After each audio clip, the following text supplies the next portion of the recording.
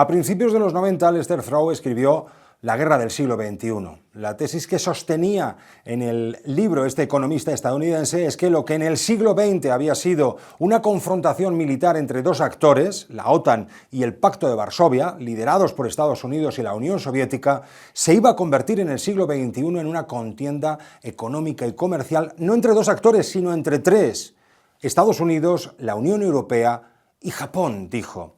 Es evidente que falló al no tener en cuenta a China, pero a tenor de lo que estamos viviendo, parece que acertó en el vaticinio de un estallido de guerra económica y comercial. En los próximos minutos hablaremos de la política arancelaria con la que Donald Trump está obsequiando a otros países, del juicio a Rubiales por su beso no consentido a Jenny Hermoso, y hablaremos también de los Goya, de los premios Goya, que este fin de semana se celebran en Granada. Comienza Claves de Actualidad.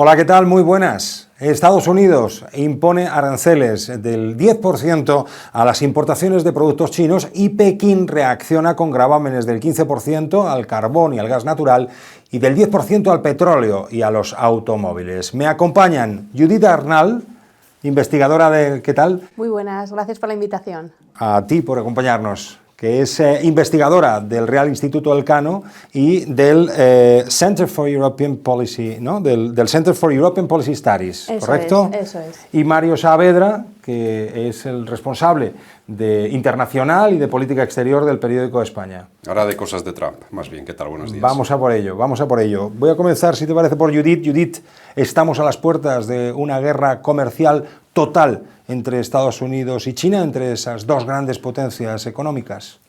Pues yo pienso que no, y creo que no por la forma en la que China ha respondido a los aranceles de Estados Unidos. Por dar unos datos, los aranceles que Estados Unidos ha impuesto a China afectan a productos por el entorno de 525.000 millones de dólares, mientras que las medidas de represalia en el ámbito arancelario adoptadas por China afectarían a productos estadounidenses por valor de unos 14.000 millones de dólares. Es decir, la proporción de la respuesta es muy diferente. Sí que es cierto que luego China además ha adoptado medidas adicionales como reabrir el proceso de investigación sobre Google, lanzar otro sobre Nvidia, también una serie de restricciones a las exportaciones de materias primas críticas, pero con carácter general diría que la respuesta china ha sido bastante ponderada. Y creo que esto está muy relacionado con la situación actual de la economía china, una economía que está intentando pinchar una burbuja inmobiliaria de manera controlada, en la que la demanda interna es débil y por tanto se tienen que apoyar en la demanda exterior. Tienen que poder colocar toda su sobreproducción en los mercados internacionales y esto pues aconseja no escalar las medidas de represalia con respecto a Estados Unidos. Mario, ¿en qué medida crees que esta batalla de los aranceles anticipa una disputa aún mayor entre China y Estados Unidos, igual en el mundo, por la hegemonía económica, por la hegemonía tecnológica, incluso por la hegemonía militar? Yo creo que lleva ya muchísimo tiempo y, como decía Judith, es una continuación de lo que hemos vivido en los últimos años. Mira, si me permites una anécdota personal, en 2011 yo dejé Pekín y fui a Nueva York y a los pocos meses tuve una cena con una familia republicana. Y lo primero que me preguntó el padre fue: ¿va a China a dominarnos? ¿Va a China a conquistar el mundo? Yo lo que le respondí, creo que sigue vigente, es que China es todavía un país esencialmente muy pobre, tiene centenares de millones de personas pobres, que piensan muy a largo plazo y que ahora mismo su objetivo es, como decía Judith, recuperar su economía, pinchar su burbuja, en fin, no creo que tenga muchas ganas de enfrentarse al gigante americano. Y luego también hay otra apreciación importante y es cómo se sitúa Europa en ese duelo de titanes, que es el zeitgeist, el espíritu de nuestros tiempos. Yo creo que puede ser interesante el hecho de que los dos quieren llevarse a Europa hacia su lado. Estados Unidos lleva mucho tiempo pidiendo a Europa que desacople su economía de la China, que Alemania no le compre tanto. Alemania dice que nanay. Y China ahora parece que quiere crear, no sé, una especie de casi de zona de libre comercio, ¿no? Y entonces yo creo que ahí podemos jugar muy bien y sacarle tajada. Hablaremos ahora de Europa, pero quiero antes, si os parece, que hablemos de otro de los terremotos que ha desatado Donald Trump en este segundo mandato con su política arancelaria, otro terremoto que tiene además epicentro en Norteamérica, en México y en Canadá, ¿no? Que son además dos países, pues yo creo que son los dos países a los que más exporta Estados Unidos. De momento ha aplazado, ha introducido una pausa, digamos, la entrada en vigor de esos aranceles para negociar, pero la amenaza está ahí, claramente. Yo creo que es importante tener en cuenta que Trump no utiliza los aranceles como instrumento de defensa comercial, que es el propósito fundamental de los aranceles, sino como una herramienta de negociación. Es decir, estamos pasando de un mundo multilateral a un mundo bilateral con un enfoque absolutamente transaccional. Por las fronteras, dices, igual y... No, lo digo simplemente por lo que está pasando en materia arancelaria. O sea, realmente yo creo que Trump es muy consciente de que está tan integrado, su economía está tan integrada con la de México y la de Canadá, que no tiene recorrido que imponga ese tipo de aranceles. Y de hecho los mercados financieros, que creo que importan a Trump, así se lo indicaron. El lunes, tras el anuncio de estas medidas, los mercados respondieron con caídas en bolsa, incrementos de los tipos de interés de la deuda pública estadounidense, sobre todo en el corto plazo, a 2 años, y una apreciación del dólar, que es justo lo contrario de lo que quiere que suceda a Trump, porque eso le hace perder competitividad exterior. Y yo creo que realmente ha tenido que recibir llamadas de empresas importantes de Estados Unidos, porque esos aranceles frente a México y Canadá afectan muy directamente a las empresas estadounidenses. ¿Por qué? Pues pensemos en bienes que México y Canadá produzcan en su país y exporten a Estados Unidos. Dada la fragmentación y la integración de las cadenas globales de valor, muchos de esos bienes utilizarán de manera intermedia bienes estadounidenses. Y de manera, al contrario, muchos bienes finales estadounidenses utilizarán como bienes intermedios bienes producidos en México y en Canadá. Entonces, unos aranceles mayores lo único que van a hacer es restar también mercado a los productos estadounidenses. Entonces, realmente creo que esto simplemente lo está utilizando de manera absolutamente oportunista, pero en ningún momento creo que de manera creíble vaya a imponer un tipo arancelario del 25%, sobre todo porque para China ha sido del 10%. No tiene sentido que el tipo arancelario sea mayor para sus principales socios comerciales. Creo que también se está preparando para la renegociación que va a haber del acuerdo de libre comercio entre los 3 países, Estados Unidos, Canadá y México, el año que viene. Está preparando el terreno. Los aranceles como moneda de cambio y como instrumento de presión, ¿no?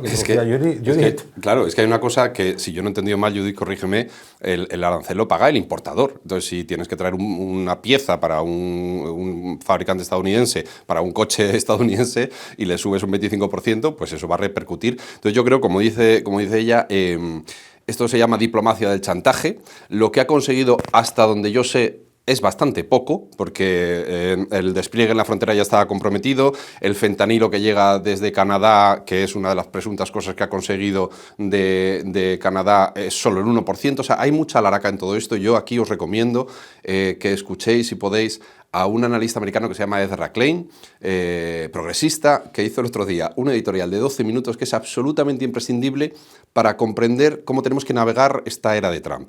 Él decía todo el rato: no le creáis, no le creáis, no le creáis. Porque lo que hace es decir, tratar de exhibir un poder que está muy por encima del que realmente tiene y de las cosas que puede hacer, porque él quiere ser una especie de rey todopoderoso y no un presidente que tiene unos poderes relativamente limitados. Entonces, yo creo que ese consejo para navegar estos tiempos es importante. No significa que no vaya a hacer mucho daño y muchas cosas. Lo que significa es que por principio no le creamos. Y cuando veamos el resultado, pues entonces ya lo evaluamos. Como dice, al final, ¿hay aranceles? No hay aranceles. Y en este escenario, ¿la Unión Europea qué? Es decir, bueno, la Comisión Europea ya ha dicho que habrá una respuesta firme si los aranceles que impone o con los que amenaza Donald Trump son injustos, pero bueno, al menos la amenaza es real y puede remover los propios cimientos del marco de relaciones y de cooperación que han establecido tradicionalmente Estados Unidos y los países europeos, ¿no? Bueno, aquí yo creo que es muy importante tener en cuenta cuál es el tipo arancelario medio que la Unión Europea aplica a las importaciones de productos estadounidenses, que es del 4%, mientras que el tipo arancelario medio que Estados Unidos aplica a nuestros productos europeos es del 3,5%. Y estas diferencias son más acusadas en determinados productos como bebidas, alimentación, tabaco o, por ejemplo, el sector del automóvil. El tipo arancelario que Estados Unidos aplica a un automóvil europeo es del 2,5%. El tipo arancelario que la Unión Europea aplica a un automóvil estadounidense es del 10%.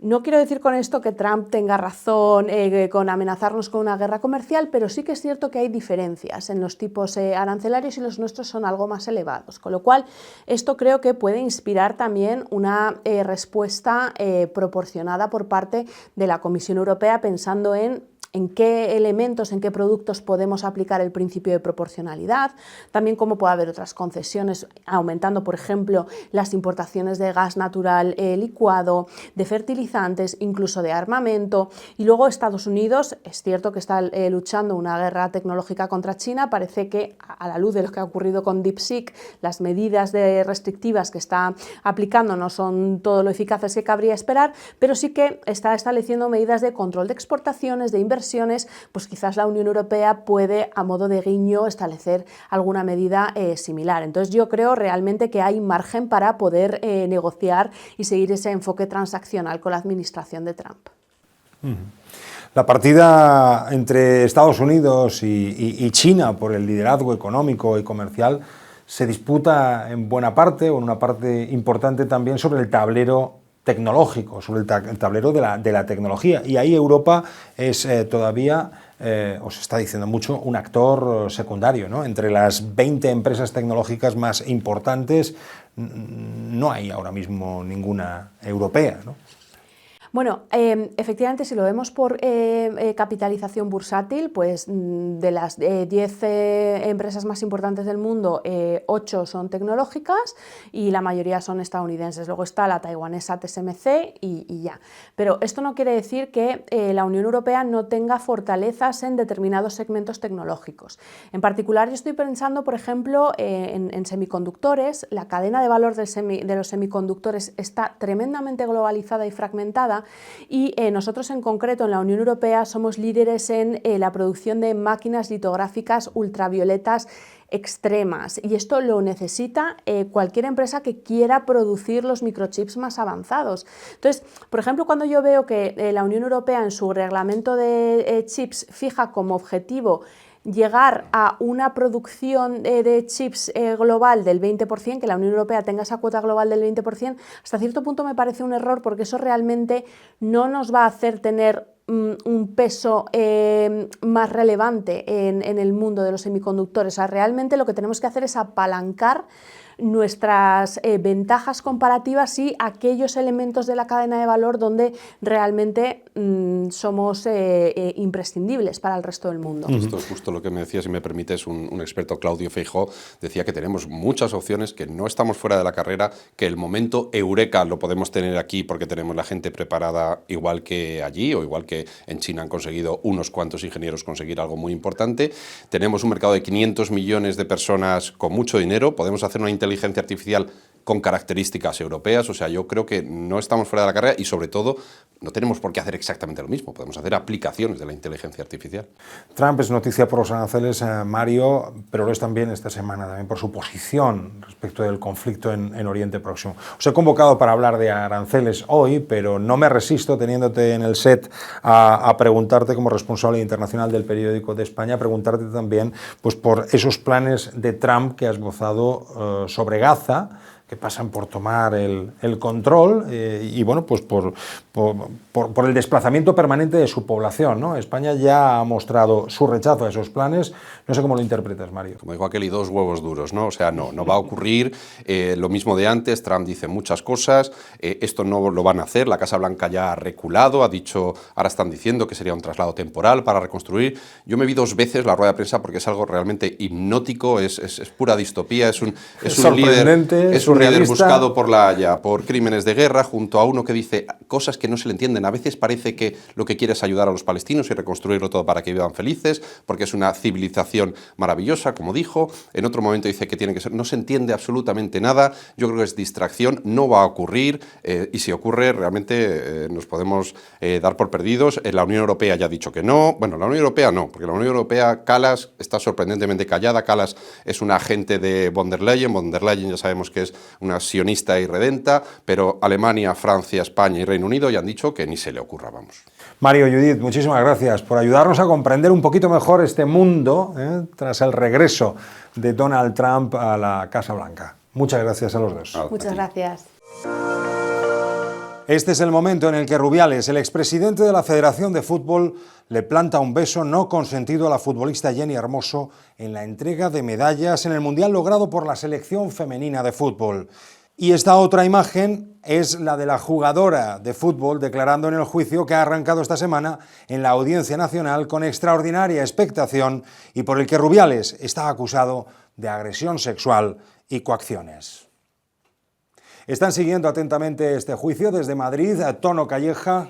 Hola, muy buenas. ¿Qué tal?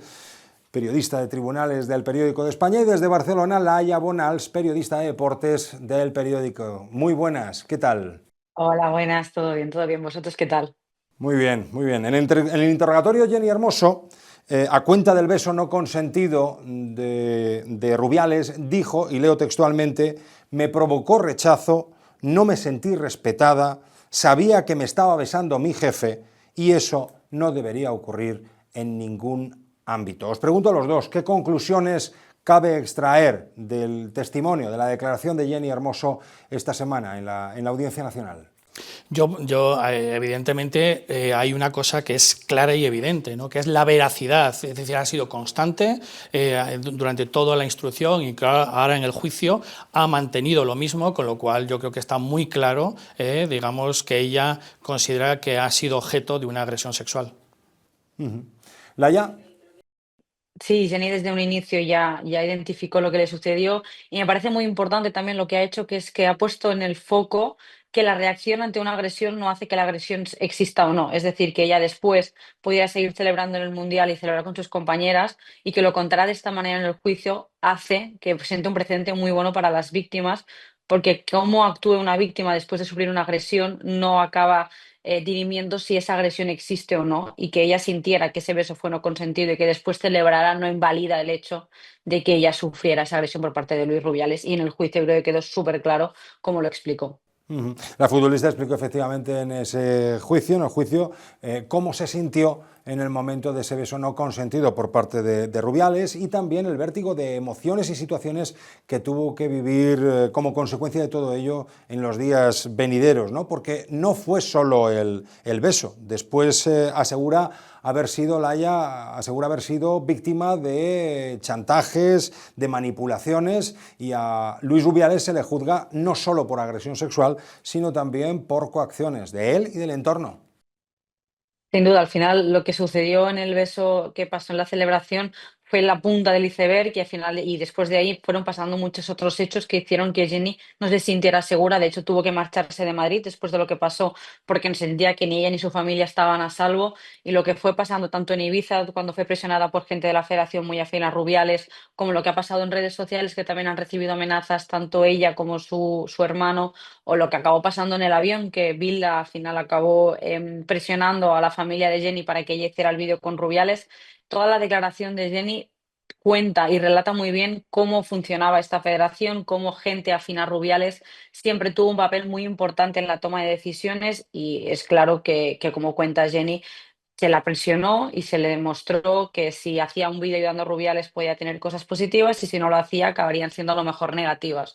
Al final Rubiales no es el único que está juzgado, también están juzgados, imputados Jorge Vilda, entrenador de la selección femenina, Albert Luque, director del fútbol, y Rubén Rivera, que era el jefe de marketing, que al final también tuvieron un papel muy importante y fueron claves en lo que sucedió más allá del beso, porque como te decía, el beso es la punta del iceberg, fue el elemento que hizo que todo el mundo despertara, pero lo que pasó después responde a un modus operandi de la federación durante muchos años y lo hemos visto también en declaraciones de otros miembros de la federación, como puede ser Cuervo, que era el director de comunicación, que ya dejó claro cómo se trata y cómo se habla dentro de la federación con las futbolistas y con la gente del entorno.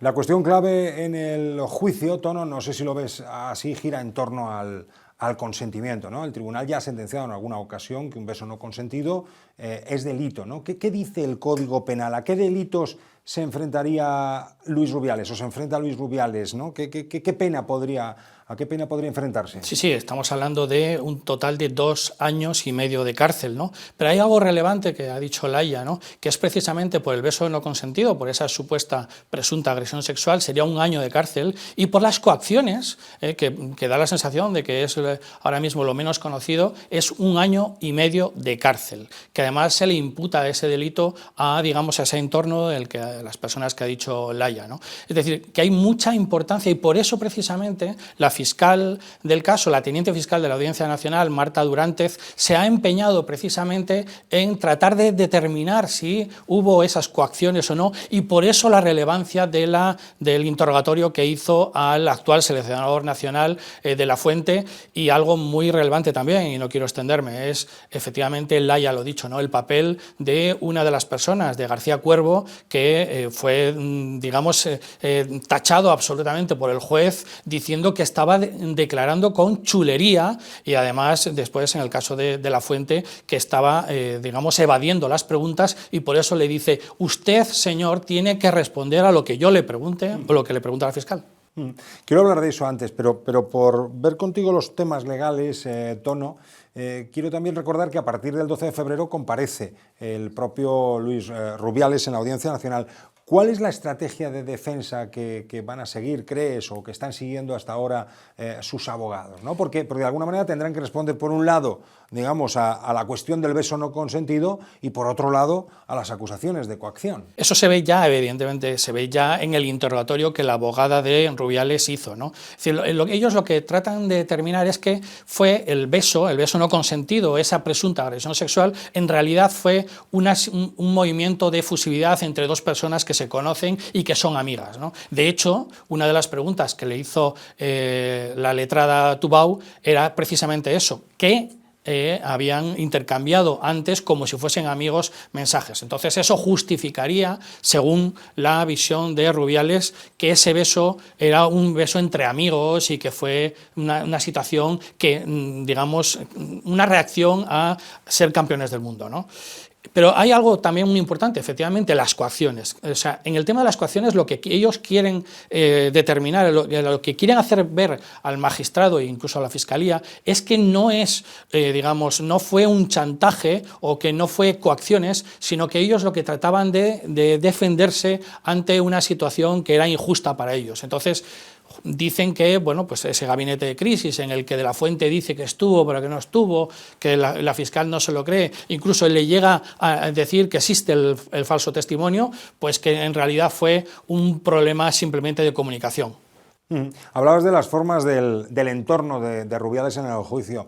Laia, el juez, ha arremetido contra el comportamiento, contra la actitud de algunos de los testigos que del entorno de Rubiales han comparecido en el transcurso de esta semana, ¿no? Hablábamos antes del ex jefe de comunicación, al que el magistrado pues pidió que no se dirigiera con chulería, lo decía Tono, del responsable de integridad, incluso del propio seleccionador español, Luis de la Fuente.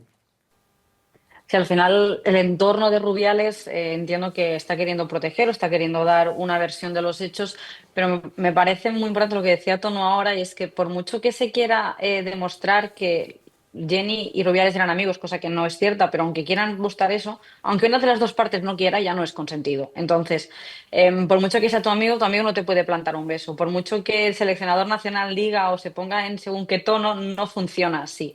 Entonces, para mí este juicio es muy importante porque uno está demostrando cómo está funcionando la federación desde dentro y qué personas tenían el poder, aunque no estuvieran en el organigrama. Por ejemplo, en lo que hablamos del gabinete de crisis después del beso, que se llama, por ejemplo, a Patricia Pérez, que era una de las jefas de prensa, allí estaba el padre de Rubiales, estaba un amigo de Rubiales, o sea, Ahí había como un contubernio, como una reunión familiar con la gente afín a Rubiales. Ahí es cuando se decidían las cosas y cuando se ponía presión a ciertas personas para que dieran un testimonio como más acorde a la versión que Rubiales ha querido siempre demostrar. Y es un ejemplo de manera pública de cómo se estaba funcionando en esta federación, y ahora a lo mejor creo que mucha gente está empezando a entender por qué ciertas jugadoras en su momento, como 15 futbolistas, no quisieron ir, como algunas no han vuelto, porque esta forma de hablar, esta forma de dirigirse a la gente no está pasando solo en este juicio. Cuervo siempre ha hablado así, o Luis de la Fuente siempre ha tenido a lo mejor esta forma de comunicarse un poco más agresiva o más decidiendo lo que quiere decir y lo que no. Entonces, me alegro de que un juicio, aunque sea tan duro y sea tan complicado, esté enseñando de verdad cómo esta gente ha funcionado durante muchos años en la federación y cómo se le ha permitido actuar. Laia, Tono, muchas gracias a los dos por vuestro análisis, ¿no? Veremos cómo evoluciona este juicio en los próximos días, hasta el 19 de febrero, hasta 27 testigos van a pasar para aportar su versión de los hechos. Muchas gracias a los dos. A vosotros. Muchas gracias a vosotros. Bueno, pues vamos a hablar ahora con un experto, un jurista especializado, digamos, en lucha por la igualdad, pero antes vamos a escuchar uno de los testimonios de Jenny Hermoso en su declaración en la Audiencia Nacional. Ahí ya pues tocaba el pasillo de saludar a las autoridades, saludé a la reina, saludé a la hija, ya lo siguiente fue encontrarme con Luis Rubiales, nos abrazamos. En ese momento yo ahí le dije la que hemos liado, que fue cuando pues ya él pegó el brinco y a la bajada fue la que me dijo hemos ganado este mundial gracias a ti. Y lo siguiente ya fueron pues sus manos en mis orejas y el siguiente beso. Desde el primer momento no me sentí respetada. Recordemos que me estaba besando mi jefe. En ese momento era mi jefe y creo que pienso que no es algo normal que se haga en ningún momento. Es un caso, desde luego, muy mediático. El beso no consentido fue televisado y lo vio todo el mundo en una sociedad cada vez más concienciada y cada vez más identificada con la lucha por la igualdad de género y por el respeto a las mujeres. Hablamos ahora con Octavio Salazar, que es jurista y escritor, especialista en Derecho Constitucional y que es conocido por sus trabajos sobre la lucha por la igualdad. Octavio, muy buenas, desde Córdoba, ¿qué tal? Hola, ¿qué tal? Encantado de saludaros.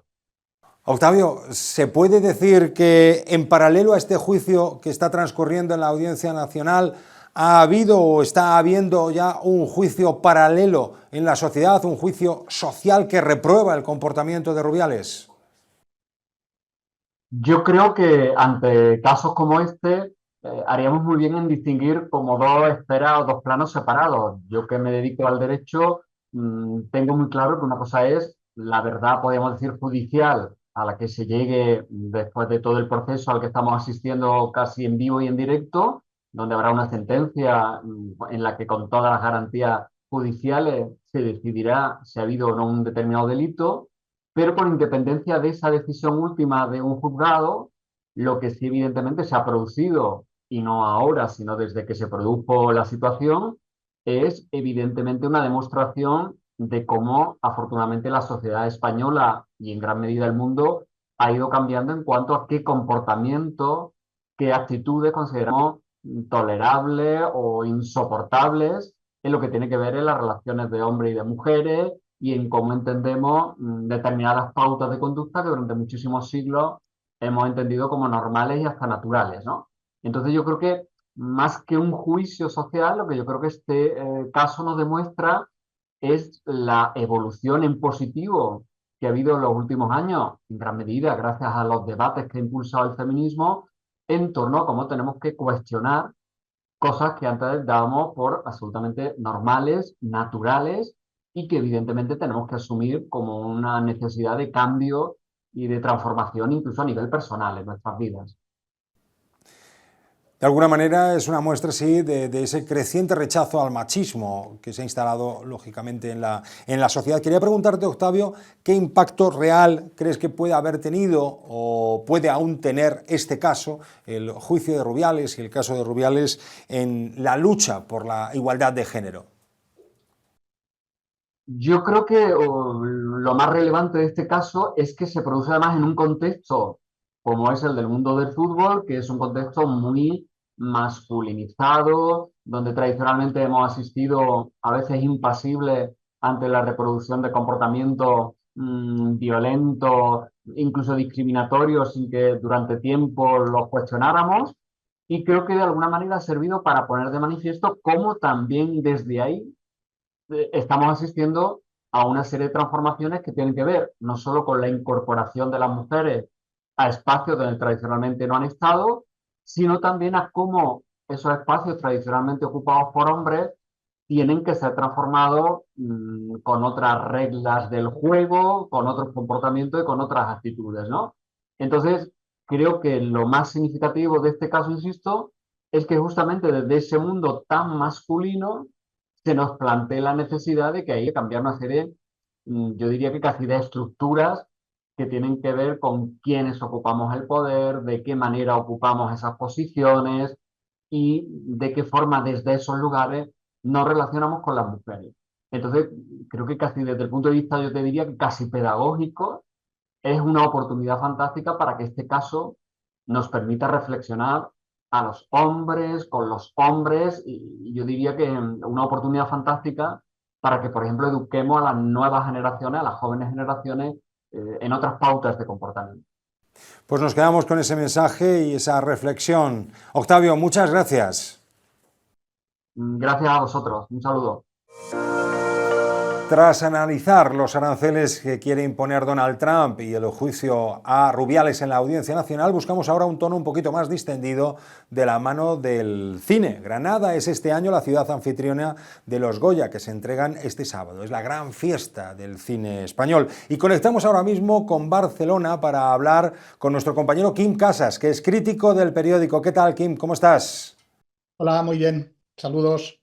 Quim, el 47, segundo premio, La Infiltrada, La Habitación de al lado. ¿Cuáles son, en tu opinión, las películas favoritas, las que llegan con mayores opciones a esta cita? Yo creo que son dos, el 47 y La Infiltrada, por razones distintas, pero sobre todo porque las dos han sido grandes éxitos de taquilla y junto a Casa en Llamas son las tres películas que han recaudado más y últimamente en los premios, ya se vio en los premios Gaudí, también se ha visto en los Feroz, el, el hecho de que las películas hayan funcionado bien comercialmente ayuda. Yo creo que son las dos películas favoritas, también son dos de las más nominadas.